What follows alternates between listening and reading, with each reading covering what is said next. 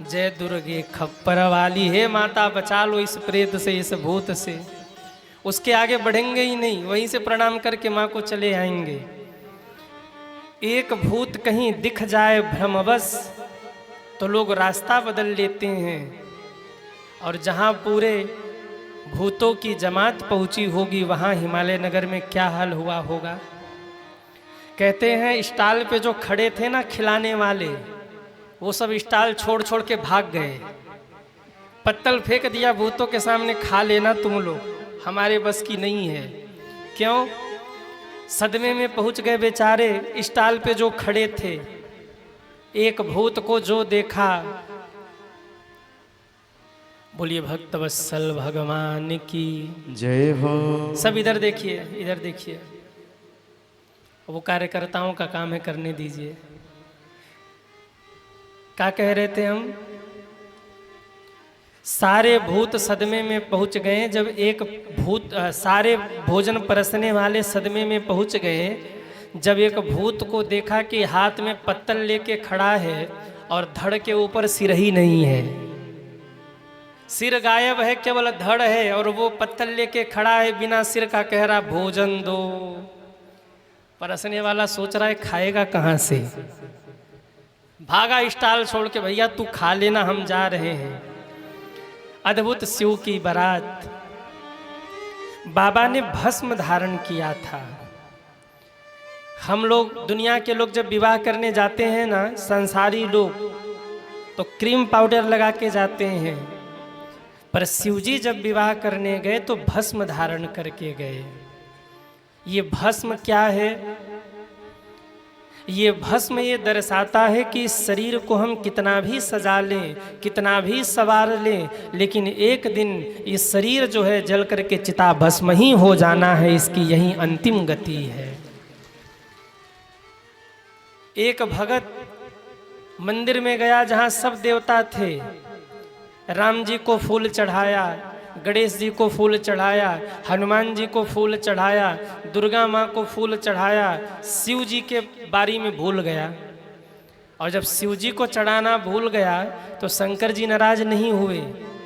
शंकर जी हंसने लगे और हंस के कहते हैं, सूखने दो, सूखने दो, ये सब फूल सूख जाएगा तो अंत में मेरे पास ही आएगा, क्योंकि प्रलय का देवता तो मैं ही हूँ। नष्ट तो मुझे ही करना है। इन लोगों को एक एक फूल मिला, हमको सब मिल जाएगा, सूखने दो इन सबको। नष्ट प्रलय तो हम ही करते हैं, विनाश तो हम ही करते हैं, प्रलय के देवता तो हम ही हैं, हमसे कोई कहाँ बचा है। जिंदगी भर आप मत जाइए राम जी के द्वार पर, जिंदगी भर मत जाइए कन्हैया के द्वार पर, मत जाइए गणेश जी के द्वार पर एक समय ऐसा आएगा कि आप न भी चाहो तो भी दुनिया वाले कंधे पर उठाकर महादेव के द्वार पर आपको पहुंचा देंगे। शमशान की यात्रा तो सबको करनी है, शमशान में महादेव रहते हैं। एक दिन दुनिया वाले कंधे पे बिठा के जबरदस्ती पहुंचा देंगे। राम नाम सत्य है। शिव जी ने सांप का कुंडल धारण किया कान में। कल हमने बताया था ना, कुंडल कंकन पहिरे ब्याला, कान में कुंडल धारण किया सांप का। क्यों? ये सांप है काल, और शंकर जी कान में धारण करके कहना चाहते हैं, काल से कितना बचोगे। ये काल सभी के कान के पास ही लटक रहा है। ये काल रूपी ब्याल कब जीव को अपने गाल में भर ले, इसका कोई ठिकाना नहीं है। अच्छा एक बात बताइए, क्या किसी को पता है कि कौन कब मरने वाला है? यहाँ कोई ऐसा व्यक्ति हो जो बता दे कि मैं फलाने तारीख को इतने बजे मरूंगा? मरने का ठिकाना किसी का नहीं पता। कौन कब कहाँ कैसे मरेगा, कब किसको काल अपने गाल में जकड़ लेगा, इसका कोई भरोसा नहीं है। ये काल रूपी ब्याल कब हमें अपने गाल में भरेगा, इसका कोई ठिकाना नहीं है। इसलिए शंकर जी सांप को कान में कुंडल के रूप में पहनकर घूम रहे, मानो शंकर जी कहना चाहते दुनिया वालों सब करो पर याद रखना कि एक दिन मरना है सबको। काल लटक रहा है, कब खा जाएगा जीव को पता नहीं, मरना सबको है। अच्छा, आप में से कितने लोग अमर हैं वो हाथ उठाएं। देखो कई सारे लोग पीछे हाथ उठा रहे, कई माताएं, कई बूढ़ी माताएं हाथ उठा रही। बताओ, लगता है अम्मा का सेवा बहू ने ज्यादा ही कर दिया है। अमर तो कोई नहीं है, जाना सबको पड़ेगा, कौन कब जाएगा इसका कोई भरोसा नहीं है। कौन कब कहाँ कैसे जाएगा, किसकी मृत्यु कब होगी, किसी को पता नहीं है सज्जनों। इस दुनिया में सबसे बड़ा दगाबाज कौन है, आप बताइए। दुनिया में सबसे बड़ा दगाबाज कौन है? आए? पड़ोसी? पड़ोसी तो भैया फिर भी बता के दगा करते कि देखो हम धोखा दे रहे तुम्हें, परेशान कर रहे तुम्हें। इस दुनिया में सबसे बड़ा दगाबाज अगर कोई है तो सांसें हैं। ये श्वास सबसे बड़ा दगाबाज है। ये श्वास कब दगा दे जाए कोई भरोसा नहीं है। अरे सांसों का क्या भरोसा, ये रुक जाए चलते चलते, रुक जाए चलते चलते, सांसों का क्या भरोसा, सांसों का क्या भरोसा, ये रुक जाए चलते चलते, ये रुक जाए चलते चलते, जीवन की है ये ज्योति, जीवन की है ये ज्योति, बुझ जाए जलते जलते, बुझ जाए जलते जलते, सांसों का क्या भरोसा, सांसों का क्या भरोसा, सांसों का क्या भरोसा, सांसों का क्या भरोसा।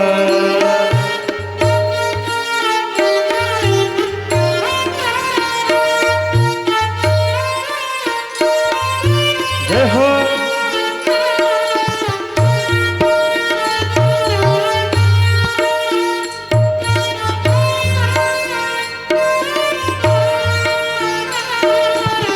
जीवन है 4 दिन का, 2 दिन की है जवानी, जीवन है 4 दिन का, 2 दिन की है जवानी, जीवन है 4 दिन का, 2 दिन की है जवानी, 2 दिन की है जवानी, 2 दिन की है जवानी, फिर आएगा बुढ़ापा, फिर आएगा बुढ़ापा, फिर आएगा बुढ़ापा, फिर आएगा बुढ़ापा, थक जाए चलते चलते, थक जाए चलते चलते, सांसों का क्या भरोसा, सांसों का क्या भरोसा, ये रुक जाए चलते चलते, रुक जाए चलते चलते, सांसों का क्या भरोसा, सांसों उठाइए दोनों हाथों को ताली सेवा करते हुए हरि बोल। जय हो।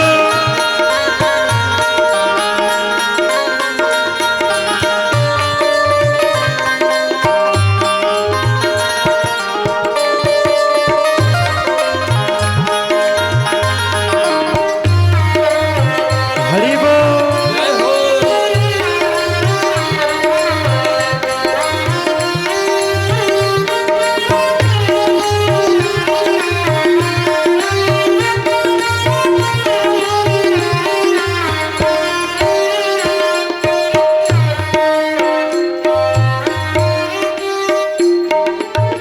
आप कहेंगे कि गुरुजी तो करें क्या, जब दगाबाज श्वास कब दगा दे जाए कोई भरोसा ही नहीं है, तो आखिर क्या करें। संत कहते हैं अब तक किया न सुमिरन, अब तो हरि सुमिर ले। अब तक किया न सुमिरन, अब तो हरि सुमिर ले।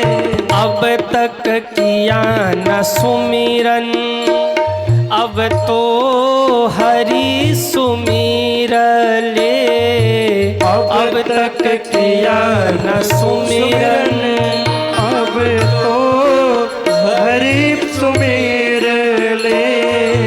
अब तो हरि सुमिर ले। अब तो हरि सुमिर ले। कह रही है जिंदगी की, कह रही है जिंदगी हर शाम ढलते ढलते, हर शाम ढलते ढलते। सांसों का क्या भरोसा, सांसों का क्या भरोसा। रुक जाए चलते चलते, रुक जाए चलते चलते। जीवन की है ये ज्योति, जीवन की है ये ज्योति। बुझ जाए जलते जलते, बुझ जाए चलते चलते। सांसों का क्या भरोसा, सांसों का क्या भरोसा। सांसों का क्या भरोसा, सांसों का क्या भरोसा। सांसों का क्या भरोसा। सांसों का क्या भरोसा। रुक जाए चलते चलते, ये रुक जाए चलते चलते। जीवन की है ये ज्योति, जीवन की है ये ज्योति। बुझ जाए जलते जलते, बुझ जाए। जलते जलते। इसीलिए तो शंकर जी सांप पहन के घूम रहे। क्यों? काल को मत भूलिए, जिंदगी में सदैव याद रखिए एक दिन मरना है। हाँ, जब भी पाप करने जाइए ना तो याद रखिए क्या, एक दिन मरना है। किसी का जमीन अगर हड़पने जाइए तो मन में सोच लीजिए एक दिन मरना है। भैया की प्रॉपर्टी अगर अपने नाम करवाने जाइए छल से तो याद रखिए एक दिन मरना है। 2 रुपए का धोखा किसी को देने जाइए तो याद रखिए एक दिन, अरे बोलो ना, आप लोग बोल नहीं रहे हैं। एक दिन सबको मरना है। पर यह बात कब तक याद रहती है? एक होता है शमशान वैराग्य। शमशान वैराग्य क्या है? कोई मर गया, 4 जना कंधे पे लेके शमशान पहुंचे, राम नाम सत्य है, अरे मर गया बेचारा, एक दिन सबको मरना है। देखो कितना बनाया मर गया, एक दिन हम लोग भी चले जाएंगे, सबको जाना है एक दिन। ये बात कब तक याद रहती है?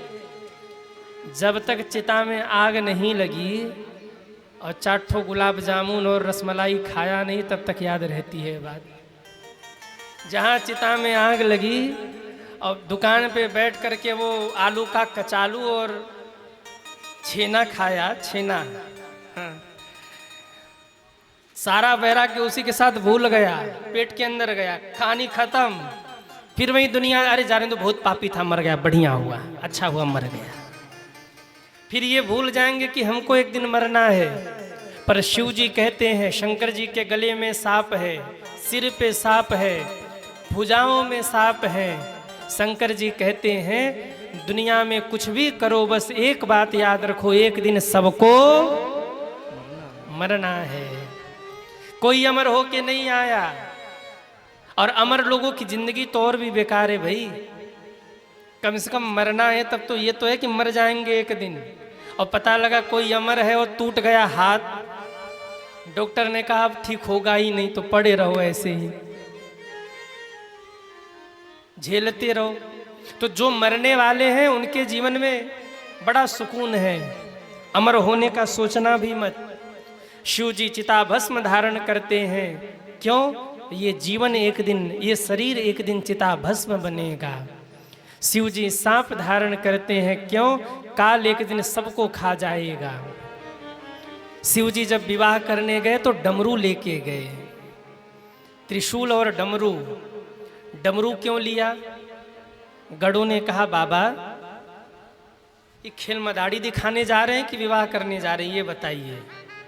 शंकर जी ने कहा विवाह करने जा रहे हैं। गढ़ों ने कहा तो ये डमरू का क्या काम, खुद के विवाह में खुदे बाजा बजाएंगे का? बोले ना ना, ये डमरू लेकर मैं दुनिया वालों को कहना चाहता हूँ, दुनिया वालों जब विवाह करने जाओ तो डमरू बजा के जाओ। विवाह में बाजा बजता है ना? अरे हाँ या ना? आज तक हम लोग यही नहीं समझ पाए कि बाजा बजता क्यों है। बस नाच लिया, तू मेरी दुश्मन दुश्मन तू मेरा, मैं नागिन तू सपेरा। बाजा वाले भी गजब की धुन बजाते हैं ना, जब बारात चले तो सीधे बजाते, तू मेरी दुश्मन दुश्मन तू मेरा, मैं नागिन तू, क्या क्या बजाते रहते। विवाह हुआ नहीं, दुश्मनी शुरू हो गई। पर हम लोग आज तक ये समझ ही नहीं पाए कि बाजा बजाते क्यों है। बाजा केवल नाचने के लिए नहीं बजाया जाता, बाजा केवल मंगल गान के लिए नहीं बजाया जाता। बाजा तब बजाया जाता है जब व्यक्ति विवाह करने जा रहा हो और बाजा बजा के ये कहा जाता है कि दुनिया वालों, जो विवाह करने जा रहा उसको सीख दिया जाता है कि अब तक जैसे थे वैसे थे, लेकिन अब बाजा बज रहा है तुम्हें जगाने के लिए। तुम विवाह करने जा रहे हो तो जागृत हो जाओ और जागृत होकर गृहस्थ धर्म में प्रवेश करो। अब तक अगर सो रहे हो ना तो अब जाग जाओ, क्यों? अब तुम्हारा विवाह होने वाला है, अब तुम जागृत हो जाओ। पीछे क्या हुआ उसे भूलकर नव जीवन का आरंभ करो, इसके लिए बाजा बजाया जाता है। और हम लोग सोचते हैं कि बाजा बजाया जा रहा है नृत्य करने के लिए। ठीक है, नृत्य करिए, अच्छी बात है, पर उससे सीखिए। बाजा बजता है, बाजा बजाया जाता है जागृति के लिए। पहले के समय में जब युद्ध होता था तो बाजा बजता था, नगाड़े बजते थे, क्यों? जग जाओ सैनिकों, अब युद्ध करना है। बाजा, वही बाजा विवाह में भी बजता है, क्यों? अब जग जाओ भाई, गृहस्थ आश्रम में प्रवेश कर रहे हो, अब सोए मत रहो, पुराना क्या हुआ उसे भूलकर नव जीवन का आरंभ करो। लेकिन कई लोग होते हैं बाजा बजने के बाद भी सोते रहते हैं, ताजा न मिले तो बासी लेकर लड़ते रहते हैं, बासी न मिले तो बहुत बासी लेकर लड़ते रहते हैं, वो भी ना मिले तो कोई एक अच्छी बात ही लेकर भिड़ते रहते हैं। शंकर जी कहना चाहते मैंने डमरू बजाया विवाह के पहले, क्यों? मैं सबको कहना चाहता हूं जब विवाह करने जाओ तो जागृत होकर के विवाह करने जाओ। विवाह कोई खेल नहीं है, विवाह कोई ऐसा क्रम नहीं कि बस गए विवाह हो गया, ऐसा नहीं है।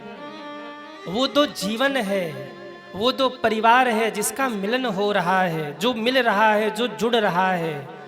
जागृत नहीं रहेंगे तो रिश्ता चलने वाला नहीं है। पर कई लोग हैं जो विवाह के बाद भी लड़ते रहते हैं, ताज़ा न मिले तो बासी लेके लड़ते रहते हैं। एक बार क्या हुआ, एक व्यक्ति को कढ़ी बहुत पसंद थी। कढ़ी, कढ़ी मतलब आप लोग समझते हैं कि नहीं? आप लोग समझते हैं? कल मिला नहीं आप लोगों को कढ़ी। ये लोग कल कढ़ी बनाने गए। भंडारी बाबा ने कहा कढ़ी का समय निकल गया, अब नहीं बनेगा। बेचारे खाली हाथ लौटे, कढ़ी खाने गए थे। तो एक व्यक्ति को कढ़ी बहुत पसंद थी। कढ़ी, पत्नी को लगा पति को कढ़ी बहुत पसंद है, मैं पति को कढ़ी खिलाऊं, खुश हो जाएगा, शाबाशी देगा। पत्नी ने कढ़ी बनाया, रोटी बनाया। जैसे ही पति आए, सामने ले जा करके रखा। पति ने कहा वाह, आज तो कढ़ी बनी है, आनंद हो जाएगा। जैसे ही रोटी तोड़ा, कढ़ी लगाया, मुख में रखा, चेहरा उतर गया। पत्नी ने क्या हो गया? पति ने कहा इधर आ, इधर आ। पत्नी पास में आई और जैसे ही पत्नी पास में आई, पति ने एक थप्पड़ मारा पत्नी को। पत्नी ने कहा महाराज, आपकी मनपसंद कढ़ी हमने बनाई और आप हमें थप्पड़ मार रहे हैं। पति ने कहा चख के देख। पत्नी ने चखा तो बेचारे जल्दी जल्दी में नमक डालना ही भूल गई थी। पत्नी ने कहा अच्छा ठीक है, आज नमक नहीं डाला, कल नमक डाल के ले आऊंगी, तब देखती हूँ। वाहवाही तो करनी पड़ेगी, प्रशंसा तो करनी पड़ेगी आपको। पत्नी ने दूसरे दिन फिर कढ़ी बनाया। जैसे ही पति आया, कढ़ी रोटी परसा। पति ने फिर देखा वाह, आज भी कढ़ी। रोटी तोड़ी, कढ़ी लगाई, मुख में रखा, कहा इधर आ। पत्नी खुश हो रही है, आज तो नमक डाल के लाई हूँ कढ़ी में, आज तो प्रशंसा करना ही होगा। जैसे ही पास में गई, पति ने दूसरे गाल पे फिर एक थप्पड़ लगाया। पत्नी ने कहा आज क्यों मारा? बोले चख के देख। चखा तो मिस्टेक हो गया, जल्दी जल्दी में 2 बार नमक डाल दिया। वो याद करती रही नमक डालना है, नमक डालना है, तो 2 बार नमक पड़ गया। अब पत्नी ने कहा अब कल कोई मिस्टेक नहीं होगा, कल बिल्कुल चख के लाऊंगी, फिर देखती हूँ कि क्या करते हो, प्रशंसा तो करनी पड़ेगी। तीसरे दिन कढ़ी बनाया और पति आए इससे पहले ही खा लिया। रोटी ली, कढ़ी ली, खा लिया। बोले आज एकदम परफेक्ट है, आज तो प्रशंसा करना ही होगा। जैसे ही पति देव आए, फिर परसा। पति ने रोटी तोड़ी, कढ़ी लगाया, मुख में रखा, बोले इधर आ। पत्नी आज खुश है कि आज तो कढ़ी बिल्कुल सही बनी है, आज तो प्रशंसा करना पड़ेगा। जैसे ही पत्नी पास में गई, पति ने फिर एक थप्पड़ मारा। पत्नी को आज गुस्सा आया। पत्नी ने कहा एक दिन नमक नहीं था इसलिए मारा, एक दिन नमक ज्यादा हो गया इसलिए मारा, आज तो चख के लाई हूं, आज क्यों मारा? पति ने कहा 2 दिन पहले ऐसा नहीं बना सकती थी, 2 दिन पहले ऐसा बनाती तो नहीं मारता। अरे भाई साहब, आज तो नमक डाल के चख के लाइए, आज तो प्रशंसा कर देते। ताजा नहीं मिल रहा तो बासी लेके लड़ रहे हैं। इसीलिए शंकर जी ने डमरू बजाया। क्यों? अब मैं विवाह करने जा रहा हूँ दुनिया वालों, डमरू बजा रहा हूँ, मतलब मैं जागृत होकर जा रहा हूँ। तुम भी विवाह करने जाना तो जागृत होकर के जाना, गृहस्थी बनी रहेगी। अगर सोते सोते जाकर विवाह कर लिया और जिम्मेदारियों को नहीं निभाया तो आपका गृहस्थ बिगड़ जाएगा। मैंने एक दिन और कहा था, विवाह का मतलब ही है सहना। अगर आप सह सकते हैं तो विवाह करिए। शिव पार्वती को देखिए। अच्छा आप बताइए, घर नहीं हो तो कौन रह लेगा? कोई रह पाएगा बिना घर का? लेकिन शिव और पार्वती दोनों का मैनेजमेंट इतना अच्छा है कि कैलाश पे भी रहते हैं पर सबसे सुखी रहते हैं।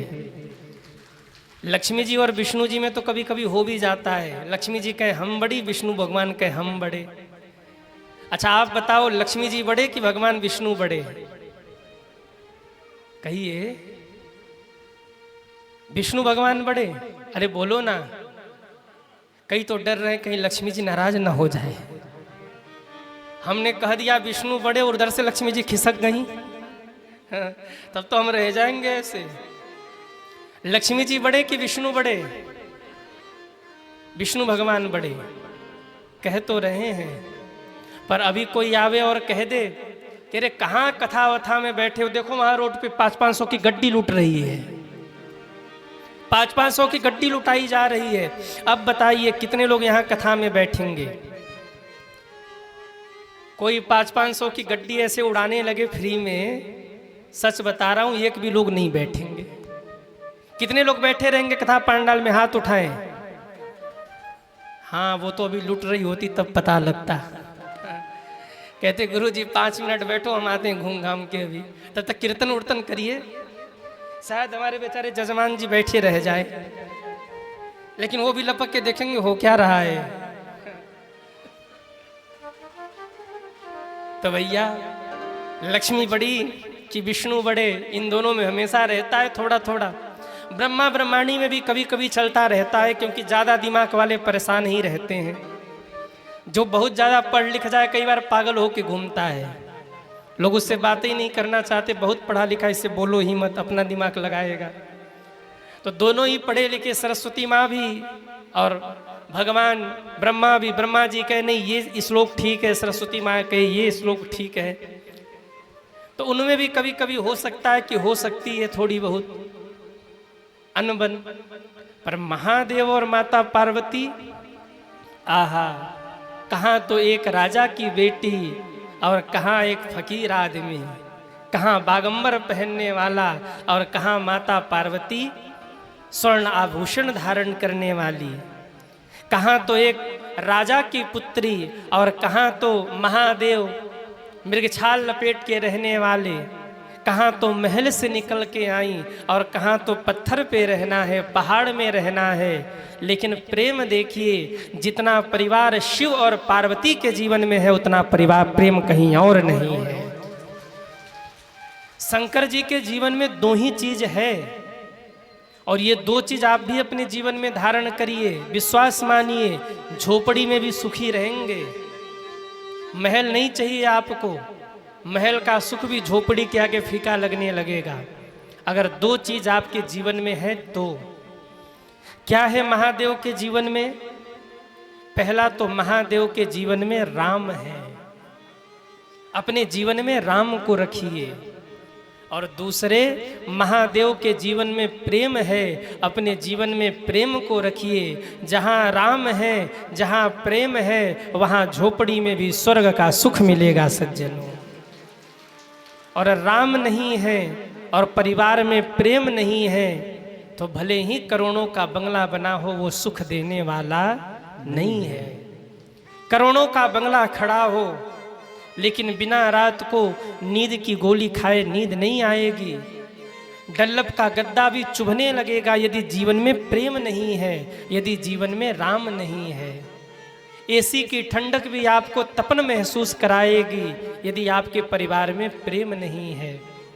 अच्छा सच बताइए, आपने सब कुछ कर लिया भाइयों, सब कुछ कर लिया, और आपका परिवार ही आपकी बात न माने, आपका परिवार ही प्रेम से न रहे, तो आपका बनाया हुआ साम्राज्य आपको सुख देगा कि दुख देगा?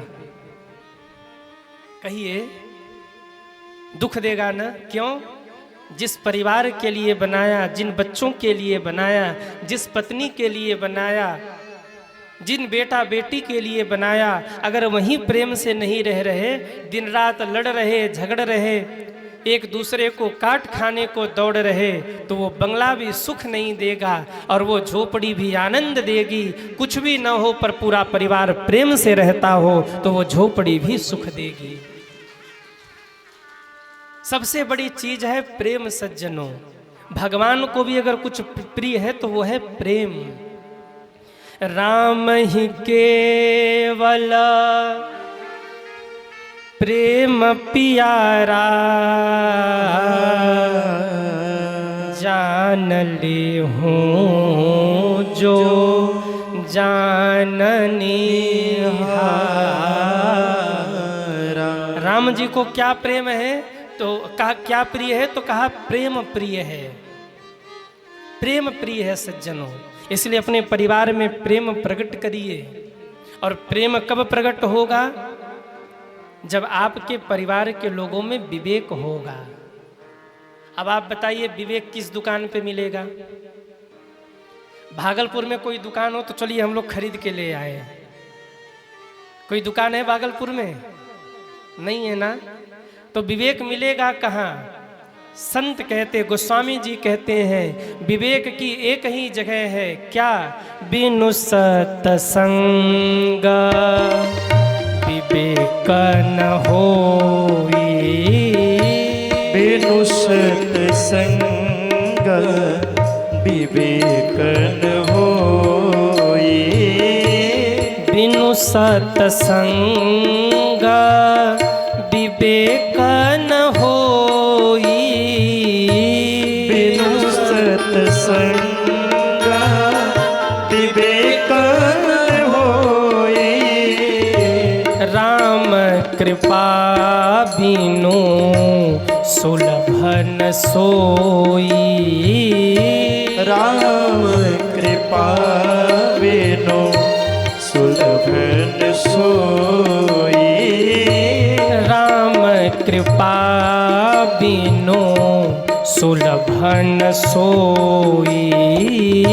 राम कृपा बिनु सुलभन सोई। सुलभन सोई। सुलभन सोई। बिनु सत्संग विवेक न होई और राम कृपा बिनु सुलभन सोई। बिना सत्संग के जीवन में विवेक नहीं होगा और बिना राम के कृपा के जीवन में सत्संग नहीं होगा। लोग कहते हैं कथा क्यों सुनना चाहिए? सच बताना, जो सुख और शांति आपको यहाँ बैठकर मिल रहा है, जो आनंद आपको यहाँ मिल रहा है, क्या दुनिया में कहीं मिल सकता है क्या? जो शांति आपको यहाँ मिल रही कहीं और मिल सकती है क्या? कितने लोगों को शांति मिली है कथा सुन के? हाथ उठाइए। वाह! जब तक कथा पंडाल में बैठे हैं ना शांति है, और जैसे ही चप्पल पहन के घर जाएंगे, हाय बेटा, हाय बिटिया, हाय दुकान, हाय मकान, हाय पैसा, हाय ये, हाय वो, हाय प्रॉपर्टी, भगवान और धक्का दे मर जा जा, हाय हाय कर रहा, हाय हाय लग जाएगा दुनिया में। जब तक यहाँ बैठे हैं तब तक शांति है। अच्छा सच बताना, लोग कहते कथा क्यों सुनना चाहिए?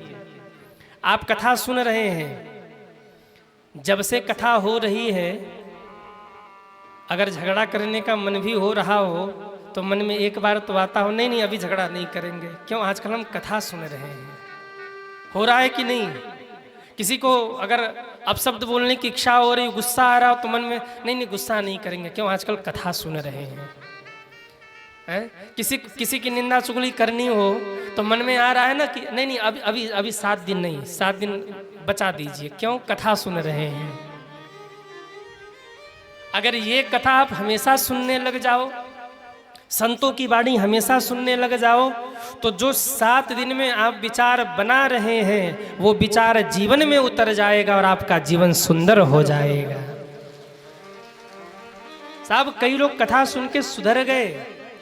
हमारे पास आके कहते, अभी भागलपुर से भगत आए थे, कुछ अभी कथा हुई थी वहां पे, जो उसमें मुख्य यजमान जी और उनकी पत्नी ही अपने जीवन का अनुभव बता रहे। गुरुदेव, कथा के पहले तो बहुत कुछ उल्टा सीधा खाते थे, कैसे भी रह लेते थे, लेकिन गुरु मंत्र लिया, कथा श्रवण किया, ऐसा भाव जगरा, अब एकदम जीवन बदल चुका है, भगवत में जीवन हो गया है।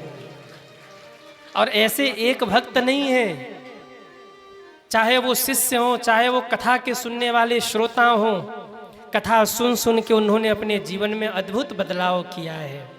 वो स्वयं आके कहते, गुरुजी हम पहले क्या थे, और जब से कथा सुनने लग गए तब से जीवन ही बदल गया। अरे औरों की छोड़ो, अपने तलिया का देख लो। ये कमेटी के लोग, समिति के लोग कैसे पहुंच गए हम तक। कथा का भाव जगा, सुनते सुनते सुनते मन में आया तिलिया के लोग इससे वंचित क्यों हैं, हमारे गांव के लोगों को भी ये कथा सुनना चाहिए।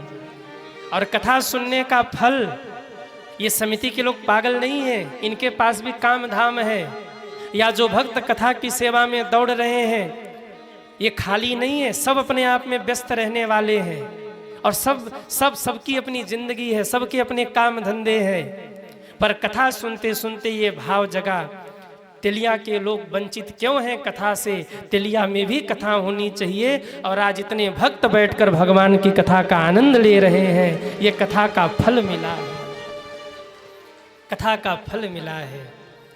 कथा सुनते सुनते जीवन परिवर्तित होता है। कई लोग तो आके ऐसा कहते, गुरुजी हम तो मरने जा रहे थे, आत्महत्या करने ही वाले थे, सोच लिया था कि अब मर जाएंगे, लेकिन कथा मिल गई, कहीं से कथा का कोई एक भाव मिल गया, फिर सुनते सुनते कथा सुनने लगे और जीवन जीने का नया आश्रय मिल गया। कथा का ये फल है सज्जनों। कलयुग में नाम की ही महिमा है, भगवान के नाम का चिंतन हो, मनन हो, उनके नाम की चर्चा हो, कथा की चर्चा हो, इसकी ही महिमा है। विश्वास मानिएगा। आप में से कौन है जो 2 घंटे पैर ऊपर करके और सिर नीचे करके रह सकता है? हाथ उठाएं। कोई है ऐसा योगी?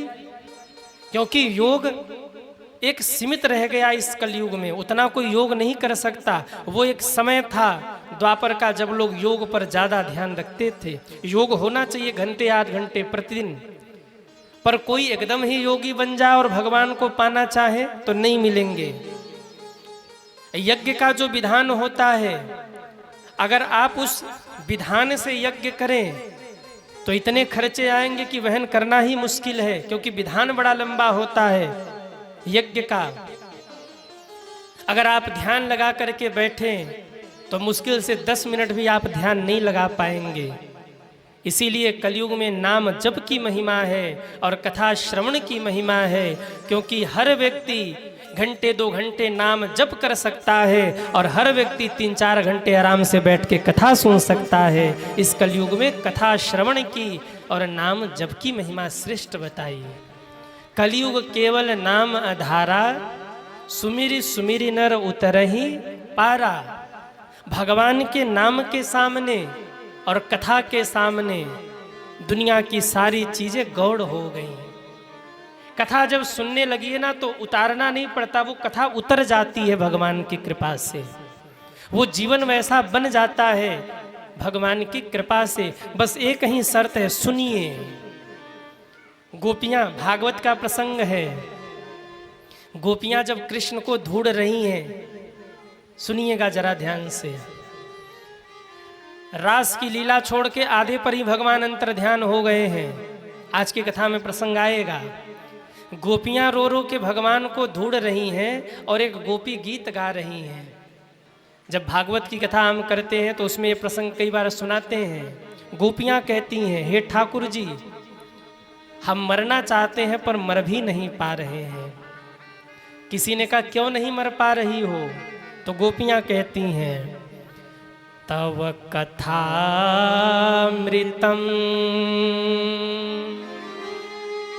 ताप्त जीवनम कविभिरिंडितम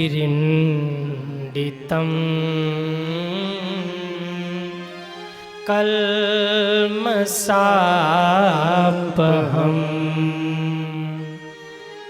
श्रवणमंगलम्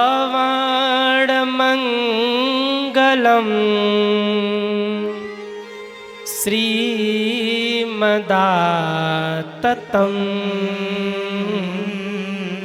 गोपियां कहती हम मरना चाहते पर मर नहीं पा रहे हैं। क्यों? तव कथामृतम, आपकी कथा मरने नहीं देती। बोले कथा मरने नहीं देती, क्यों? गोपियां कहती हैं जब हम मरने के लिए आगे बढ़ती हैं तब तक आपकी कथा याद आ जाती है, और जब कथा याद आ जाती है तो आंखें ललचाने लगती हैं कि एक बार गिरधर को देख लूं, एक बार गोविंद को देख लूं, फिर मर जाएंगे। हम मरना चाहते हैं पर कथा याद आ जाती है, और जब कथा याद आ जाती है तो सोचते हैं कि अगर मर गए तो ठाकुर जी का दर्शन कैसे करेंगे। इसलिए तव कथामृतम, आपकी कथा तप्त जीवनम, जीवन को नया मार्ग मिल रहा है कथा से। तो कथा सुनाया किसने? कवि भिरिंडितम, कथावाचकों ने कथा सुनाया। कहते हैं गोपियों को गुस्सा आया और गोपियों ने कहा ये कथावाचक लोग हैं जिनके कारण हम मर भी नहीं पा रहे हैं। मरने जाते हैं तब तक कथावाचक आके कथा सुना देते हैं, और भगवान की कथा सुन के लगता है अगर मर गए तो भगवान का दर्शन कैसे होगा। सो ये कथावाचक में मरने भी नहीं देते। इसलिए गोपियों ने गुस्से में आकर कथावाचकों को एक श्राप दे दिया। क्या श्राप दिया? गोपियां कहती हैं हम सब जितने कथावाचक हैं ना, हम सब श्रापित हैं। दुनिया के जितने कथावाचक हैं सबको एक श्राप लगा है। क्या श्राप लगा है जरा सुनिए। गोपियां कहती हैं ये कथावाचक कथा सुना सुना के मरने भी नहीं देते, और हम कृष्ण विरह में व्याकुल होकर कृष्ण प्रेम में पागल होके घूम रही हैं, कहीं ठिकाना नहीं मिल रहा है। इन कथावाचकों को हम श्राप देती हैं, जैसे आज कृष्ण के प्रेम में पागल होके हम घूम रही हैं, कहीं रुक नहीं पा रही, ऐसे ही पोथी लेकर कथावाचक लोग घूमते ही रहेंगे, बैठने की फुर्सत नहीं होगी। पोथी लेके जहां तहां घूमते रहेंगे, और हम कथावाचकों को वहीं श्राप लगा है, पोथी लेके घूमते ही रहते हैं। आपके गांव में आए तिलिया में आकर आप लोगों को जगा रहे हैं, गाते जाओ रे प्रभु का नाम धीरे धीरे, गाते जाओ रे प्रभु का नाम धीरे धीरे, गाते जाओ रे प्रभु का नाम धीरे धीरे, गाते जाओ रे प्रभु का नाम। दोनों हाथ उठाइए, धीरे धीरे धीरे धीरे धीरे धीरे धीरे धीरे, गाते जाओ रे प्रभु का नाम धीरे धीरे, गाते जाओ रे प्रभु का नाम धीरे धीरे।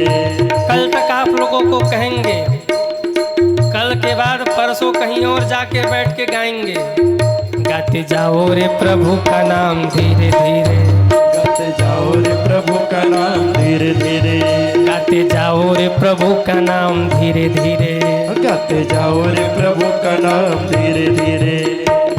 7 दिन आप लोगों को जगाया, फिर 7 दिन सिद्धार्थ नगर में जाकर के यूपी में वहाँ जगाएंगे, फिर 7 दिन कहीं और जाके जगाएंगे।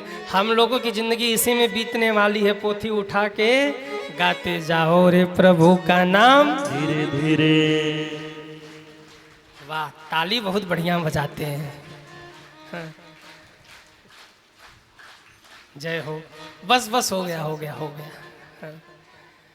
इतना बढ़िया योगा तो बाबा रामदेव भी न करा पावे, जितना बढ़िया योगा आप लोग कर रहे ताली बजा के। कितने लोग थक गए ताली बजा बजा के, वो हाथ उठाएं। वाह, कोई नहीं थका, 2-4 लोग थक गए हैं पीछे। चिंता मत करो, कल तक हम लोग और परेशान करेंगे।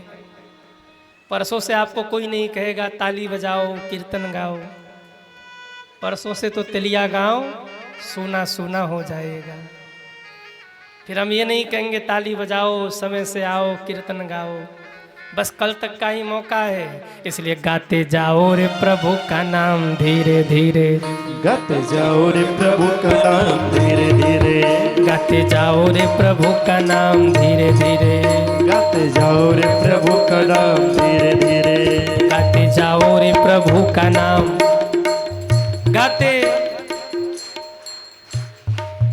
गाते जाओ रे प्रभु का नाम, गाते जाओ रे प्रभु का नाम। बोलिए भक्तवत्सल भगवान की जय हो। तो कहने का मतलब कथा श्रवण से विवेक आएगा और विवेक से शांति आएगी। शिव जी का विवाह हुआ, शिव जी कैलाश पर पहुँचे और बड़े ही मंगलमय ढंग से मेरे महादेव कैलाश पर निवास कर रहे हैं। ध्यान से सुनिए। एक दिन माँ ने हाथ जोड़ करके पूछा, हे महादेव मुझे राम कथा सुनाइए, मुझे राम कथा सुनना है। तब कहते हैं महादेव पार्वती माँ को राम कथा सुनाते हैं। एक दिन पार्वती माँ ने पूछा प्रभु ये नवधा भक्ति क्या है? तब मेरे महादेव नवधा भक्ति सुनाते हैं। देखिए आप सब गृहस्थी यहाँ बैठे हैं और गृहस्थों को चाहिए कि कभी कभी अगर समय मिले तो पत्नी और परिवार के साथ में बैठ करके सत्संग करना चाहिए। कुछ न हो पति रामचरितमानस खोल के बैठ जाए, शुरू हो जाए, जामवंत के वचन सुहाए सुनी हनुमंत हृदय अति भाए, और पूरा परिवार आके बैठ जाए और सब साथ में चौपाई गाने लगे। इससे आपके परिवार में प्रेम बढ़ेगा। आपसे बताऊं जब से हम लोगों ने होश संभाला है ना, तब से हमारे घर का एक नियम है। माता जी ने ये नियम बनाया था, हर शनिवार को कुछ भी हो जाए घर में सुंदरकांड का पाठ जरूर होगा।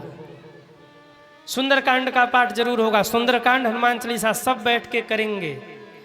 और आज भी अगर समय न हो तो कोई बात नहीं, तब तो कोई एक व्यक्ति कर लेगा सुंदरकांड का पाठ। और समय हो तो हम सब जब घर पे रहते हैं तो पूरी टीम बैठती है साथ में, पूरा परिवार, और सब बैठकर एक साथ सुंदरकांड और हनुमान चालीसा का पाठ करते हैं। सब बैठ के साथ में आपसे बताऊं जब हम लोग छोटे छोटे थे, शिवरात्रि जब आवे तो हम लोग क्या करते थे, मिट्टी के शिवजी बना करके रात भर पूजा करते थे। रात भर पूजन शिवजी, शिवरात्रि के दिन छोटे छोटे हम लोग थे, माता जी हम दीदी सब लोग बैठ के साथ में, छोटे छोटे हम लोग होते थे तो पूजन करते थे। और हम लोगों को नहीं पता था कि जहाँ बैठकर मिट्टी का शिवलिंग हम लोग बना के शिव जी का पूजन कर रहे हैं, वहीं एक दिन मेरे महादेव आकर बैठेंगे और भव्य मंदिर का निर्माण होगा। बचपन से वहीं हम लोग करते थे पाठ, वहीं हम लोग शिव जी को मिट्टी के शिवलिंग को बिठा करके रात भर पूजन करते थे। और संयोग से आज वहीं पर भव्य मंदिर का निर्माण हुआ, भोले बाबा स्थापित हुए।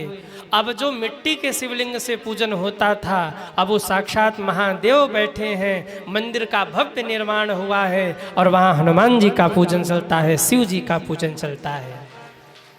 और जो आश्रम बना वो भी 3 तल्ले का बना, एक का नहीं 3 तल्ले का। नीचे सत्संग भवन बना है, दूसरे तल्ले पर भगवान की स्थापना हुई, तीसरे तल्ले पर गुम्बज आदि के निर्माण का कार्य। आप जितने लोग बैठे हैं इतने लोग सत्संग भवन में बैठ के भगवान की कथा सुन सकते, इतना बड़ा सत्संग भवन बन के तैयार हो गया। आप जितने लोग बैठे ना इतने लोग आराम से वहां रह के कथा सुन सकते हैं। इतना बड़ा आश्रम का निर्माण प्रभु स्वयं कर गए। सब क्यों हुआ? बचपन से उन्हीं की सेवा में लगे रहे और सेवा का फल ये मिला। कब भगवान बनवाते चले गए, कब निर्माण हो गया, कब प्रभु आके विराजे और कब सब कार्य पूर्ण हो गया, ये हम लोगों को खुद भी पता नहीं चला। शिव जी को देखिए, शंकर जी बैठ करके राम जी की भक्ति सुनाते हैं। एक दिन माँ ने पूछा महादेव ये योग क्या होता है? हमने सुना है आप योगी हैं। तो शंकर जी योग सिखाते हैं पार्वती को। योग की शिक्षा दी, भक्ति की शिक्षा दी, ज्ञान की शिक्षा दी, राम कथा सुनाया है। और फिर एक दिन शिव और शिवा अंतर ध्यान हो गए। ब्रह्मा जी कहते हैं हे नारद, चरितम शृणु वश्यामि ससीमौलिस्तु नारदः गुह जन्म कथाम दिव्याम तारकासुर सद्वधम। अब कथा सुनो कैसे कार्तिकेय भगवान का प्रागट्य हुआ। श्रूयताम कथया मध्य कथा पाप प्रणाशिनीं याम श्रुत्वा सर्व पापेभ्यो मुच्यते मानवो ध्रुवम। कितने लोग चाहते कि हमारे जीवन का सारा पाप नष्ट हो जाए? आज वो हाथ उठाएं। जो चाहते हैं कि आपके जीवन का पाप नष्ट हो जाए जीवन भर का, वो हाथ उठाएं। वाह, मतलब ये तो कन्फर्म है कि पाप किया है। बड़े भोले भगत हैं आप सब। पाप तो तभी जलेंगे जब पाप किया होगा। अच्छा, पापी तो हम सब हैं, दिन रात पाप करते रहते हैं।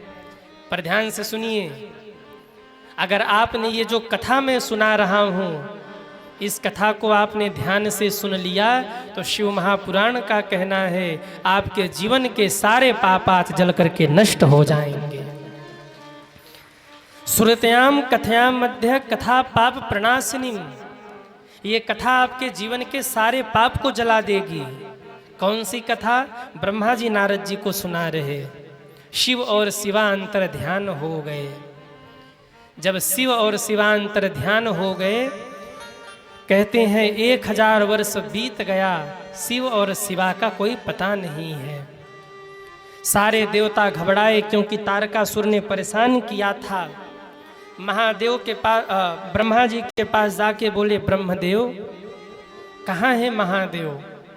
कहा इसके लिए तो हम लोगों को कैलाश पर चलना पड़ेगा। सारे देवता कैलाश पर पहुंचे। नंदी से पूछा गया, नंदी महादेव कहाँ है? नंदी ने कहा 1000 वर्ष पहले शिव शिवांतर ध्यान हो गए, कहाँ गए मुझे भी नहीं पता, आप ढूंढ लीजिए। सारे देवताओं ने हाथ जोड़ा और महादेव को पुकारना शुरू किया। आइए हम सब भी महादेव को पुकारें। शिव कैलासो के वासी, धौली धारो के राजा, शंकर संकट हरना। शिव कैलासो के वासी, धौले धारों के राजा, शंकर सब गाइए। हरना। शिव कैलासो के वासी, धौली धारो राजा, शंकर संकट हरना। शंकर संकट हरना। हरि बोल। हे महादेव,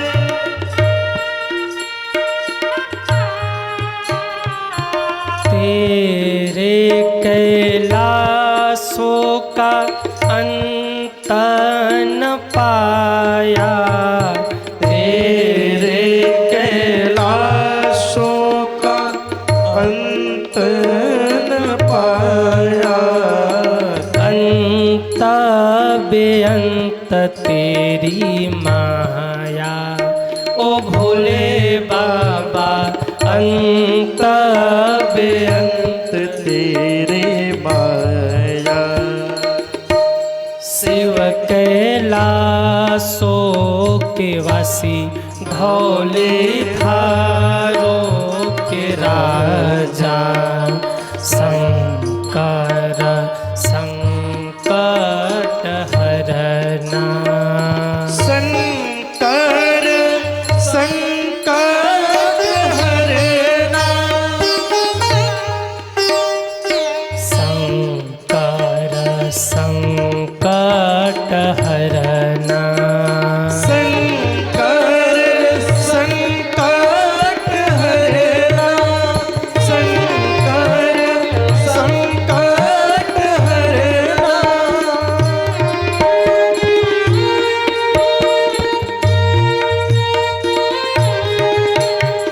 बेल की पतिया भांग धतूरा, बेल सब गाइए। पतिया भांग धतूरा। बेल की पतिया भांग धतूरा, बेल की पतिया भांग धतूरा। जी के मन को लुभाए, ओ भोले बाबा शिव जी के मन को लुभाए। ओ शिव कैलासो के वासी धौली धारो के राजा, शंकर संकट हरना, शंकर संकट हरना। ये भजन किसी और ने बनाया है, किसी और ने गाया है, परंतु इस भजन के अंत में हमने एक कड़ी जोड़ा। काशी के वासी शिव को मनाए, काशी के वासी शिव को मनाए। काशी के वासी शिव को मनाए, काशी के वासी शिव को मनाए। चरणों में शीस झुकाए, ओ भोले बाबा चरणों में शीस झुकाए। शिव कैलासो के वासी धौली धारो के राजा, शंकर संकट हरना, शंकर संकट हरना। शंकर संकट हरना, शंकर संकट हरना। हरना। शिव कैलासो के वासी धौली धारो के राजा। अरे गाओ ना, शंकर संकट हरना। परसों से कोई नहीं कहेगा गाने को, कल तक ही मौका है। काशी के वासी शिव को मनाए, काशी के शिव को चरणों में शीस झुकाए, ओ भोले बाबा चरणों में। वाह। शिव कैलासो के वासी धौली धारो के राजा, शंकर संकट हरना। हर हर हर हर महादेव। सारे देवताओं ने पुकारा, देव देव महादेव करुणा सागर प्रभो। हे महादेव कहाँ हैं आप, कहाँ हैं, प्रकट होइए। सारे देवता जब बार बार पुकारने लगे, महादेव प्रकट नहीं होना चाहते थे, पर देवताओं की बार बार विनती सुनी, तब मेरे महादेव को प्रकट होना पड़ा। महादेव को देखते ही सारे देवताओं ने हाथ जोड़ा, देव देव महादेव करुणा सागर प्रभो।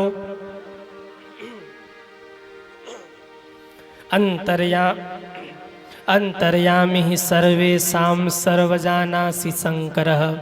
हे महादेव आप तो अंतर्यामी हैं, आप सब जानते हैं, हमने आपको क्यों बुलाया है। शिव जी ने कहा, मुझे सब पता है तुमने क्यों बुलाया है, यद्यपि तुम्हें नहीं बुलाना चाहिए था हमें, पर फिर भी पुकारा है तो तुम्हारी इच्छा जरूर पूर्ण करूंगा मैं।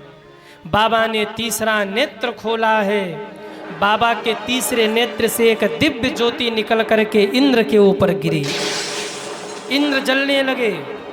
इंद्र ने उस दिव्य ज्योति को अग्नि के ऊपर फेंक दिया, अग्नि संभाल नहीं पाए, पवन के ऊपर फेंक दिया, पवन भी सह नहीं पाए, उन्होंने हिमालय के ऊपर फेंक दिया। हिमालय कांपने लगे तो गंगा जी में फेंक दिया और गंगा जी जलने लगी हैं। तब कहते हैं उस दिव्य ज्योति को गंगा जी ने जंगल में फेंक दिया। जैसे उस दिव्य ज्योति को गंगा जी ने फेंका है जंगल में, सज्जनों कहते दिन भर वो दिव्य ज्योति वहीं रही। और जैसे ही रात का समय हुआ, अगहन मास के शुक्ल पक्ष के पष्टी तिथि को उसी दिव्य ज्योति से शिवनंदन भगवान का प्रादुर्भाव हो गया। बोलिए शिवनंदन भगवान की जय हो। जैसे ही बालक ने जन्म लिया, बच्चा जोर जोर से रोने लगा। शिवनंदन भगवान रोए और जैसे ही शिवनंदन भगवान रोए, पूरा ब्रह्मांड गूंज गया। इधर बालक रो रहा है और उधर माता पार्वती व्याकुल हो गई। माता पार्वती व्याकुल है। शंकर जी ने कहा, देवी क्यों व्याकुल हो रही हैं आप? माँ कहती हैं, महादेव ऐसा लग रहा है कि हमें कोई पुकार रहा है, ऐसा लग रहा है कि हमें कोई बुला रहा है। महादेव समझ गए मेरे पुत्र का प्राकट्य हो गया। उधर बच्चा रो रहा है और इधर पार्वती माँ व्याकुल हो रही हैं। माँ है ना, माँ माँ होती है। माँ सब कुछ बर्दाश्त कर सकती है, पर बच्चा भूखा हो ये माँ बर्दाश्त नहीं कर सकती है।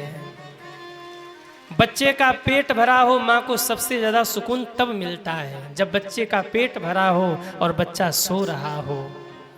बच्चा व्याकुल हो, भूखा हो तो माँ को नींद नहीं आती, माँ परेशान रहती है। माँ माँ होती है। माँ जैसा कौन होगा? हाँ, न जाने कौन सा मशीन भगवान ने माँ के भीतर फिट किया होता है। बच्चा भूखा हो, माँ को पता चल जाता है बच्चा भूखा है। पालने में बच्चा हो, बच्चा रो रहा हो, कोई कहेगा नज़र लगी है, कोई कहेगा बुखार है, पर बच्चे की माँ आटा गूँथ रही है। आटा गूँथते गूँथते चिल्लाएगी, नहीं नहीं भूख लगी, मैं अभी आई, वो शांत हो जाएगा, घबराओ मत आप लोग। क्यों? माँ को पता लग गया बच्चे को भूख लगी है, बच्चे को नज़र लगी है, बच्चे को बुखार है कि बच्चे को भूख लगी है, ये माँ को पता चल जाता है। बेटा भोजन कर रहा हो, बच्चा भोजन कर रहा हो और दाल में नमक कम होना, माँ बच्चे को बताना नहीं पड़ता, नमक मांगना नहीं पड़ता। माँ कटोरी में नमक धर के सामने रखाती है, खा ले, तेरा चेहरा देख के लग रहा है कि नमक कम है आज दाल में, नमक डाल लेना अपने से। ये माँ होती है। बच्चा लाख लड़ ले झगड़ ले माँ से, माँ को गाली देकर अपशब्द कह के बच्चा सो जाए, लेकिन माँ जब रात के 12 बजती है, सब सो जाते हैं, तो माँ को लगता है मेरे बच्चे ने आज कुछ खाया नहीं है। चूल्हा जलाती है, रोटी बनाती है, थाली में रोटी सब्जी ले जाकर सिरहाने ले जाकर रखती है और पीठ पे हाथ थपथपा के कहती उठ खा ले। लड़ाई झगड़े तो जिंदगी में होते रहते हैं, भूखे नहीं सोते हैं। ये होती है माँ सज्जनों। माँ का कर्ज उतारा नहीं जा सकता। एक बच्चे ने अपने माँ से कहा, माँ मुझे तेरे ऋण से उऋण होना है। माँ हंस के बोली, बिल्कुल, लेकिन 2-3 काम कर लेना। क्या क्या? पहला काम करना, तू जब बीमार हुआ था ना, तू जब बीमार हुआ था, गंगा जी के ऊपर से जा रहे थे रेल में बैठकर, तू स्वस्थ हो जाए इसके लिए 2 का सिक्का मैंने तेरे ऊपर 3 बार घुमा के गंगा मैया में फेंका था और कहा था, हे गंगा मैया मेरे लाल को स्वस्थ करना, वो 2 का सिक्का मुझे गंगा मैया से मांग के लौटा जाना, मेरे ऋण से तुम उऋण हो जाओगे। जब तुम्हें नजर लगी थी ना, तो 5 मिर्च लेकर मैंने तुम्हारे ऊपर 5 बार घुमाकर आग में फेंका था, वो 5 मिर्च मुझे लौटा जाना, मेरे ऋण से उऋण हो जाओगे। और तुम जब हॉस्पिटल में भर्ती थे तो महादेव के सामने मैं जो सिर पीट पीट के रोई थी और मेरे आँख से आंसू बहे थे, मेरे उन आंसुओं को लौटा देना, तुम मेरे ऋण से उऋण हो जाओगे। रात में सब सो रहे थे, लेकिन तू जगा था और तुझे सुलाने के लिए मैं जग रही थी। उस रात की मेरी नींद लौटा देना, तो मेरे ऋण से उऋण हो जाएगा। माँ माँ होती है, माँ के ऋण से कभी उऋण नहीं होया जा सकता। माँ एक बार जीवन में मिलती है, और अगर माँ चली गई तो माँ का भले ही कोई कितना स्नेह दे ले, लेकिन माँ का स्नेह तो केवल माँ ही दे सकती है, कोई और नहीं दे सकता। किसी ने बड़ा प्यारा भाव गाया है, माई के दूधवा जैसन दुनिया में अरे मिठाई ना मिली। माई के दूधवा जैसन दुनिया में अरे मिठाई ना मिली। जग में सब मिल जाई लेकिन एगो माई ना मिली। जग में सब मिल जाए लेकिन एगो माई ना मिली। जग में सब मिल जाई लेकिन एगो माई ना मिली। जग में सब मिल जाए लेकिन एगो माई ना मिली।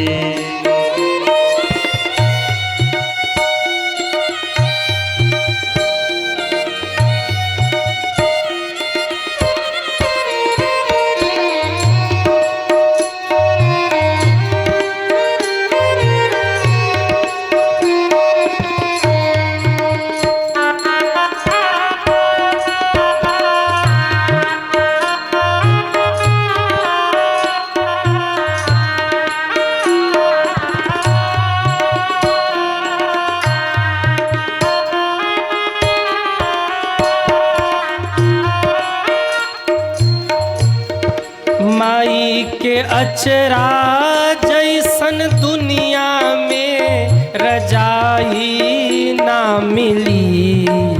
माई के अचरा जैसन दुनिया में रजाई ना मिले।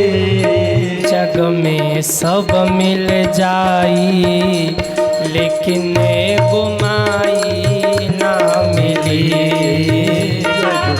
सब मिल जाए लेकिन एगो माई ना मिली।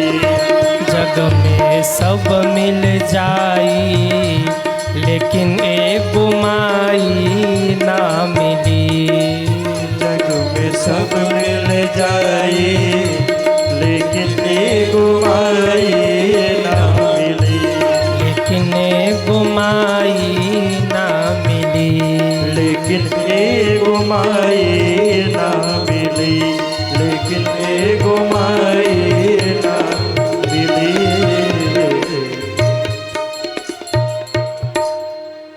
माई के दूधवा जैसन दुनिया में मिठाई ना मिली।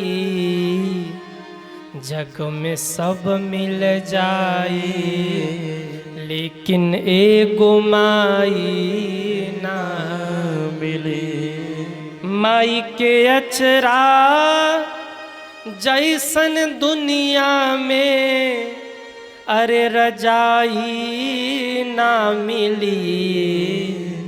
जग में सब मिल जाए लेकिन एगो माई ना मिली। इसलिए माँ माँ होती है सज्जनों। आज मातृ दिवस है। आप सभी को मेरी व्यासपीठ से मातृ दिवस की बहुत बहुत शुभकामना। एक बात कहूँ मैं, सच्चा मातृ दिवस कब सार्थक होगा? जिस दिन आपके कारण माँ को प्रसन्नता हुई, आपके किसी अच्छे कर्म के कारण माँ को सुख की अनुभूति हुई, आनंद की अनुभूति हुई। आपने जीवन में कुछ ऐसा अच्छा कर्म किया जिससे आपकी प्रशंसा हुई और आपकी माँ सुखी हुई, प्रेम के भाव के आंसू उसके आँख में आए कि आज मेरे लाल ने मेरा नाम रोशन किया है, उस दिन मातृ दिवस सार्थक माना जाएगा। और यदि बेटे के कारण माँ को रोना पड़ रहा दुख में, तो इससे बड़ी दुख की बात और कुछ नहीं हो सकती। अगर आपके कारण आपके माँ को दुखी होना पड़ रहा है, रोना पड़ रहा है, तो इससे बड़ी दुख की बात कोई और नहीं है। चुल्लू भर पानी में डूब मरना चाहिए ऐसे नालायक बच्चों को जिनके कारण माँ बाप को रोना पड़ता है। मातृ दिवस की सार्थकता तब है जब आपके कारण आपके माता पिता सुखी हो, प्रसन्न हो। पार्वती माँ व्याकुल हुई, शिव जी ने समझाया देवी धैर्य रखो। इधर भोर की वेला हुई, 6 कृतिकाएं आईं जो 6 ऋषि पत्नियां थीं। जैसे ही वो स्नान करने के लिए गंगा जी में उतरी, उसी समय बालक के रोने की आवाज आई। कृतिकाएं सोचने लगी ये बालक कहाँ रो रहा है। दौड़ कर जाकर देखा तो झाड़ी के पीछे एक सुंदर सा बालक पड़ा था जो रो रहा था। वो बालक इतना सुंदर, 6 कृतिकाएं झगड़ गई, ये मेरा बेटा है, ये मेरा बेटा है, ये मेरा बेटा है, पहले मैंने देखा ये मेरा बेटा है। शिवनंदन भगवान सोच रहे जन्म हुआ तो एक भी माँ नहीं, और माँ मिली तो 6 माताएं एक साथ मिल गई। क्या संयोग है, एक भी माँ नहीं जन्म के समय और अभी तो 6 माताएं मिल गई। मैं उनको कैसे संतुष्ट करूं? तो कहते हैं 6 माताओं को प्रसन्न करने के लिए खड़ानन भगवान ने 6 मुख धारण किया, और 6 मुख धारण करके 6 माताओं को आनंद प्रदान किया। 6 माताओं को लगा ये मेरा ही बेटा है। सब पुत्रवत भाव रखकर प्रेम करने लगी, पालन करने लगी। धीरे धीरे जब शिवनंदन भगवान 6 वर्ष के हो गए, थोड़ी सी शांति आप लोग बना लें।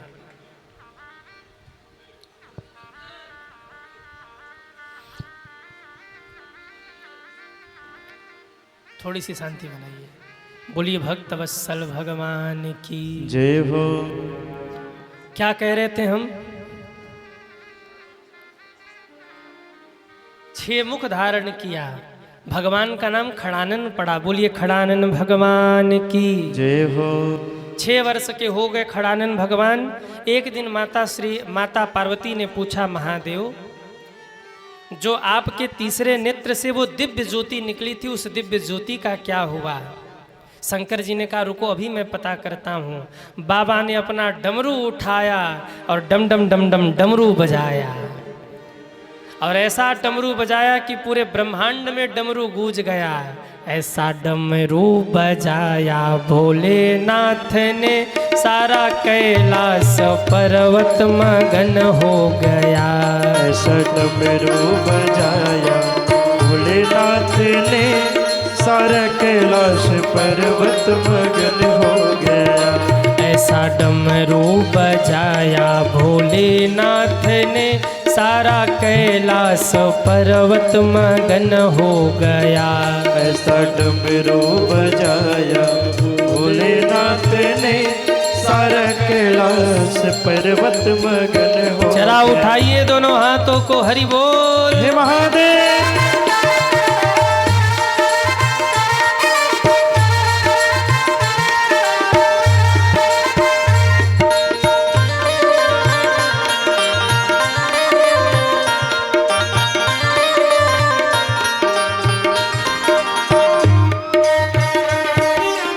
जय हो।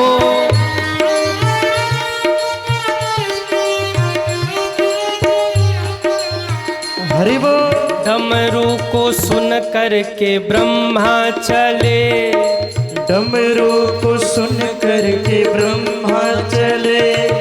ब्रह्मा चले आज विष्णु चले, ब्रह्मा चले आज विष्णु चले। मैया लक्ष्मी का जय हो। मैया लक्ष्मी का जय हो। मैया लक्ष्मी का मन भी मगन हो गया। सारा कैलाश पर्वत मगन हो गया। मैया लक्ष्मी का मन भी मगन हो गया।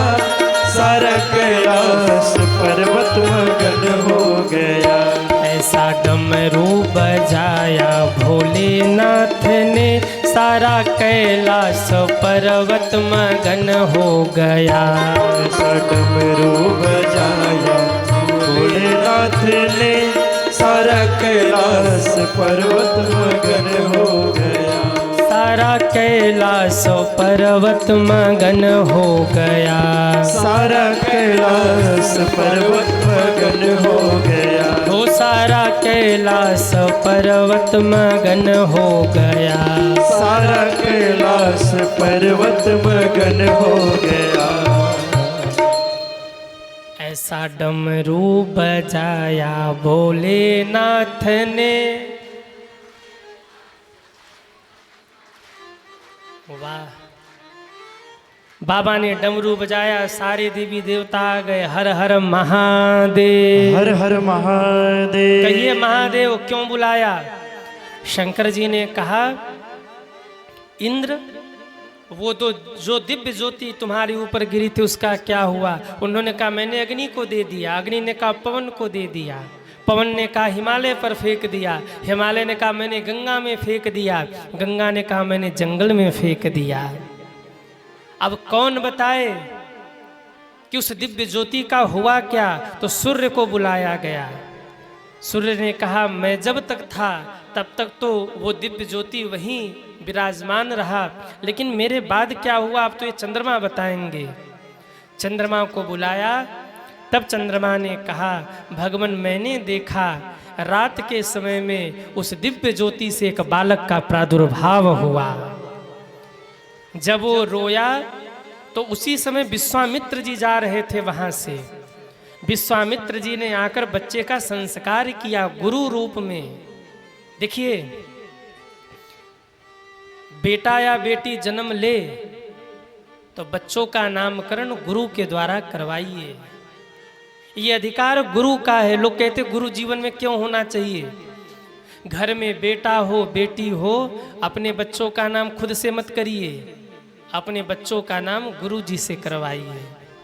आजकल के लोग क्या करते हैं, बेटे का जन्म हुआ नहीं, 6 महीने पहले बुआ जी ने फोन किया, लाला भयो तो नाम हम रखेंगे। मौसी जी बोले लाला भयो तो नाम हम रखेंगे।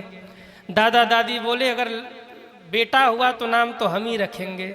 और मान लो बेटा हो गया तो बोले चिंटू पिंटू पिंकू जो मन में आया वही नाम रख लिया। नामकरण का अधिकार गुरु का है। गुरु जो नाम रख दे वही अपने बच्चों का नाम रखिए। इसीलिए जीवन में गुरु जरूरी है। गुरु क्यों जरूरी है? कहा घर में बेटा हो बेटी हो, अपने बच्चों का नामकरण गुरु से करवाइए। आप जो नाम रखेंगे अपने हिसाब से रखेंगे, और गुरु जो नाम रखेंगे वो शास्त्र के अनुसार रखेंगे, उससे आपके बच्चे का कल्याण होगा। गुरु जो नाम बता दे बस वही नाम धर लेना चाहिए, अपने मन की नहीं कि नहीं ये वो अंग्रेजी वाला नाम डोडो खो खो क्या क्या टोमी जेमी क्या क्या रखते रहते हैं। हाँ। एक बड़े घर में हम गए कथा करने, तो वो कह रहे अरे बेटा टोमी धरा टोमी धरा टोमी धरा, गुरु जी आए हैं। तो हम सोच रहे कुत्ते को बुला रहा है। 2 मिनट बाद उनका बेटा निकल के आया। हमने कहा आप ही टोमी हैं? कहाँ गुरुजी। अब मनी मन हंसे, हमको तो लगा इस घर का कोई कुत्ता है। बोले गुरुजी इंग्लैंड पढ़ते हैं हम। हमने कहा अच्छी बात है, पढ़ते रहो, पर ये टोमी जोमी कौन सा नाम है? अरे नाम ऐसा रखो जो कल्याणकारी हो। नाम रखो गोविंद गोपाल माधव है, नाम रखो राघव, नाम रखो बेटियां हैं तो उनका नाम रखो जानकी सिया है, गार्गी मैत्री, ये सब नाम रखो कि नाम का कोई अर्थ निकले। अब नाम क्या है? पता लगा छोटी सी बच्ची देखने में सुंदर लग रही, घर वालों ने नाम रख दिया गुड़िया। छोटी सी है देखने में सुंदर लग रही तो सब कह रहे अरे गुड़िया इधर आ, अरे गुड़िया इधर आ। अब गुड़िया हो गई 70 साल की बुढ़िया। अब जब गुड़िया हो गई 70 साल की बुढ़िया और फिर कोई बोले अरे गुड़िया अम्मा को बुलाओ, कैसा लगेगा? नाम ऐसा हो जिसका कोई अर्थ निकले, नाम ऐसा हो जिसका नाम लेने से भगवान की स्मृति आए। इसलिए जीवन में गुरु बनाइए और गुरु के द्वारा ही अपने बच्चों का नामकरण कराइए। चंद्रमा बोले, गुरु के रूप में विश्वामित्र ने संस्कार किया। इसके बाद उन्हें कृतिकाएं ले गई। वो बालक 6 वर्ष का हो गया है। कहते हैं शिव जी प्रसन्न हुए। शिव जी ने अपने गणों को कहा, जाओ मेरे पुत्र को लेकर आओ। जब कार्तिकेय भगवान को शिवगढ़ लेकर के कैलाश पे आ गए तो 6 कृतिकाएं रोती हुई पहुंच गईं। पार्वती माँ से जाकर बोली, माँ हमने भी तो इस बालक को पाला है, हम भी तो इस बालक के लिए माँ हुई, और आपके गढ़ मुझसे ये बालक छीन के लाए हैं। बताओ मैं अपने आप को कैसे समझाऊं। ये बेटा हमारा है, ये इसका पालन हमने किया है, हम इसे लेके जाएंगे। तब माँ ने समझाया, कृतिकाओं इसका जन्म ही जगत के कल्याण के लिए हुआ है। इसको बांधा नहीं जा सकता, इनको रोका नहीं जा सकता। ये शिवनंदन है, ये शिव पुत्र हैं, ये जगत का कल्याण करने के लिए प्रकट हुए हैं। आपके यहाँ रुक नहीं सकते, पर हाँ आप माँ हैं और मैं भी एक माँ हूँ। माँ की पीड़ा मैं समझ रही हूँ। जिसको अपना बालक माँ मान लेना, उसको अपने से भी ज़्यादा प्रेम करती है, और कोई फिर उसे छीन ले तो बहुत कष्ट होता है। इसलिए हम छीन नहीं रहे तुमसे, बल्कि सुनो, आज से हे कृतिकाओं इस बालक को हम एक नया नाम देती हैं। तुम्हारा नाम है कृतिका और तुमने इन्हें पाला है, इसलिए आज से इनका एक नया नाम पड़ेगा, कार्तिकेय। बोलिए कार्तिकेय भगवान की जय हो। ये बालक भले ही शिवपुत्र है, परंतु आपके नामों से जाना जाएगा। आप कृतिका हैं और ये कार्तिकेय होंगे। बस कृतिकाओं को संतुष्टि मिल गई। कृतिकाएं चली गई। सारे देवताओं ने अपनी शक्ति प्रदान की और निवेदन किया, हे कार्तिकेय भगवान तारकासुर का वध करिए। महादेव ने पाशुपाश अस्त्र दिया है। कार्तिकेय भगवान गए, भीषण युद्ध हुआ है, और युद्ध करके भगवान कार्तिकेय ने तारकासुर का वध कर दिया। बोलिए तारकासुर मर्दन भगवान की जय हो। तब जन्मे उखट बदन कुमारा, तब जन्मे उखट बदन कुमारा, तारक असुर समर जेहि मारा, तारक असुर समर जेहि मारा, तारक असुर समर जेहि मारा, तारक असुर समर जेहि मारा, तारक असुर समर जेहि मारा।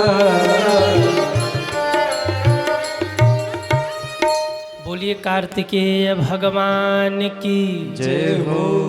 देवताओं ने निवेदन किया, हे महादेव अगर आप कहिए तो हम कार्तिकेय को स्वर्ग में ले जाएं। अभी बहुत सारे असुरों का वध कराना है, तो शिव जी ने भी अनुमति दे दी कि आप कार्तिकेय को ले जाइए। देवता लोग कार्तिकेय भगवान को लेकर स्वर्ग में चले गए। प्रमोशन हो गया कार्तिकेय भगवान का, सेनाध्यक्ष बन बैठे। अब तो सारे देवताओं से मिल करके कार्तिकेय भगवान असुरों का अंत कर रहे। इधर शिव और शिवा कैलाश पर विराजमान हैं। प्रतिदिन भगवान शंकर पार्वती जी को राम कथा सुनाते, पार्वती माँ राम कथा सुनती। दोनों श्रीहरि के प्रेम में, दोनों श्रीहरि के भक्ति में लीन हैं। बड़े भाव से शिव और पार्वती राम नाम का जप करते हैं, बैठकर राम नाम का कीर्तन करते हैं और हरि का सुमिरन करते हैं। देखिए, आपको सदैव ये प्रयास करते रहना चाहिए कि हमारे इष्ट हमसे कैसे रिझेंगे। आपके जो भी इष्ट हैं ना, उनको रिझाने का प्रयास करिए। दुनिया में मत भटकिए। लड़े लड़ाई देवता इष्ट देव जब होए। इष्ट मतलब समझ रहे हैं आप लोग? इष्ट मतलब समझ रहे हैं आप लोग? नहीं समझ रहे हैं, आधे लोग समझ रहे, आधे लोग नहीं समझ रहे। इष्ट मतलब आराध्य देव। जैसे हर किसी के आराध्य देव अलग अलग होते हैं। कोई हनुमान जी को मानता है, कोई शिव जी को बहुत मानता है, कोई राम जी को बहुत मानता है, कोई कन्हैया को मानता है। तो जो देव आपको सबसे अच्छे लगे, कोई माता रानी को मानता है, तो जो देव आपको सबसे अच्छे लगे वहीं आपके इष्ट देव हैं, वहीं आपके आराध्य हैं, उन्हीं को इष्ट कहा गया। तो आप सदैव ये प्रयास करिए कि आपके इष्ट आपसे कैसे रीझेंगे। जैसे जो लोग नारायण के भक्त हैं उनको एकादशी का व्रत जरूर रहना चाहिए। ध्यान से सुनिए, भगवान नारायण के भक्तों को, हरि के भक्तों को एकादशी का व्रत जरूर रहना चाहिए, क्योंकि एकादशी का व्रत जो भी करता है उसके ऊपर नारायण भगवान की कृपा जरूर होती है। आप में से कितने लोग एकादशी का व्रत रखते हैं? हाथ उठाएं। बहुत से लोग रखते हैं। आपके इष्ट कोई भी हो, दुर्गा माँ हो, शिव जी हो, हनुमान जी हो, पर एकादशी जरूर रखा करिए। क्यों? अन्य व्रत न करो, पर अगर एकादशी आपने कर लिया तो सारे व्रतों का पुण्य आपको एकादशी से ही प्राप्त हो जाएगा। एकादशी की भी महिमा है और एकादशी का महात्म्य सुनने की भी महिमा है। सज्जनों, जो लोग एकादशी का महात्म्य भी सुनते हैं ना, उनके सारे पाप नष्ट हो जाते हैं। आगे एकादशी आ रही है। सज्जनों, एक बार युधिष्ठिर ने भगवान से पूछा था, प्रभु ज्येष्ठस्य कृष्ण पक्षे तु किम नाम एकादशी भवेत श्रोतमिक्षामि महात्म तदवदस्य जनार्दनः। हे प्रभु, ज्येष्ठ मास के कृष्ण पक्ष में पड़ने वाली एकादशी को क्या कहते हैं और इसके व्रत से क्या फल मिलता है, कृपा करके बताइए। तब भगवान नारायण बोले, हे युधिष्ठिर, तुमने बहुत सुंदर प्रश्न किया। भगवान श्री कृष्ण कहते हैं, तुमने जो प्रश्न किया है इससे जगत का कल्याण होगा, इसलिए सुनो। ज्येष्ठ मास के कृष्ण पक्ष में पड़ने वाली एकादशी को अपरा एकादशी के नाम से जानते हैं। अपरा नाम राजेंद्र, अपरा पुत्र दायनी। ये अपरा एकादशी साधारण नहीं है, इस अपरा एकादशी की बड़ी महिमा है। ये अपरा एकादशी का जो व्रत कर ले उसे समाज में तो प्रसिद्धि मिलती ही है, अंत में उसे मोक्ष की भी प्राप्ति हो जाती है। ये अपरा एकादशी की महिमा है। आप लोगों ने पूज्य दीदी जी के द्वारा कल एकादशी की महिमा को सुना विस्तार से, लेकिन मैं आपको कुछ अलग आज बताने वाला हूँ। ध्यान से सुनिए। जो भी एकादशी का व्रत कर ले, याद रखिए उसको जो चाहिए, चाहे इहलोक में चाहे परलोक में, उसके लिए कुछ भी दुर्लभ नहीं होता, उसके लिए सब कुछ सुलभ हो जाता है। सच्ची निष्ठा से अगर कोई एकादशी कर लेना तो सारी इच्छा उसकी भगवान पूर्ण कर देते हैं, उसके सारे पापों को नष्ट कर देते हैं। इसलिए एकादशी की इतनी महिमा है सज्जनों। एकादशी मैया का प्रागट्य ही पापों को नष्ट करने के लिए हुआ था, इसलिए एकादशी का व्रत जरूर रखा करिए। अब कई लोग कहेंगे, गुरुजी आप कह तो रहे हैं पर हमको पता ही नहीं एकादशी का व्रत कैसे रखते हैं। ध्यान से सुनिए, एकादशी का व्रत कैसे रखा जाता है। ये 3 दिन का नियम होता है। एकादशी का व्रत 3 दिन का होता है। सुनिए ध्यान से। दशमी, 11 और द्वादशी। दशमी के शाम को आपको भोजन नहीं करना।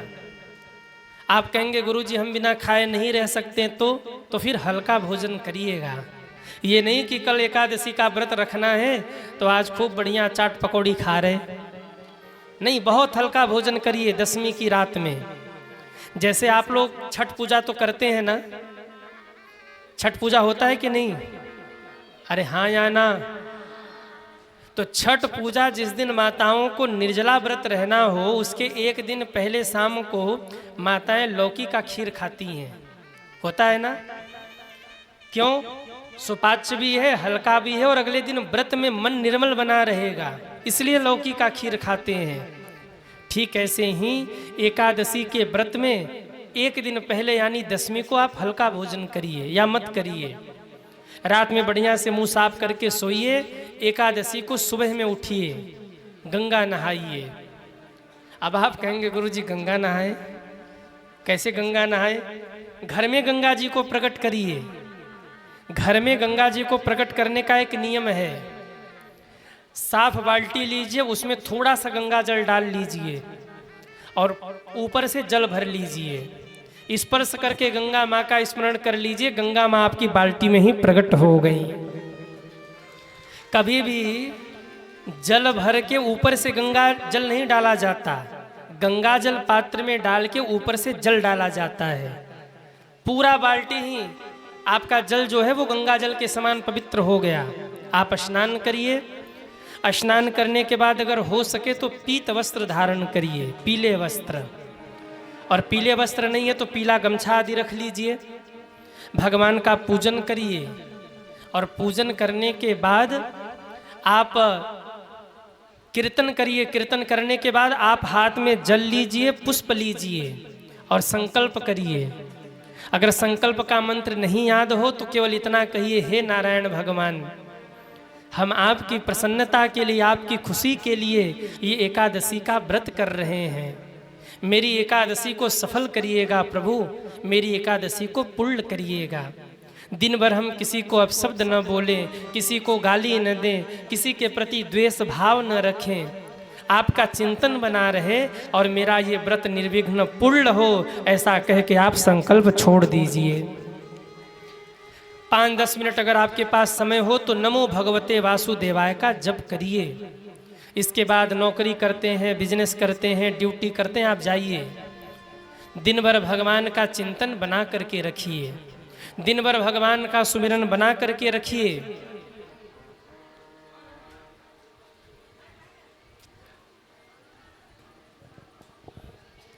ओ पानी वाले भैया, ओ पानी वाले भैया, हाँ, आधे घंटे और प्यासे रह लेने दो इन लोगों को, थोड़ी तपस्या तो करें, फ्री में कथा थोड़ी मिलेगी।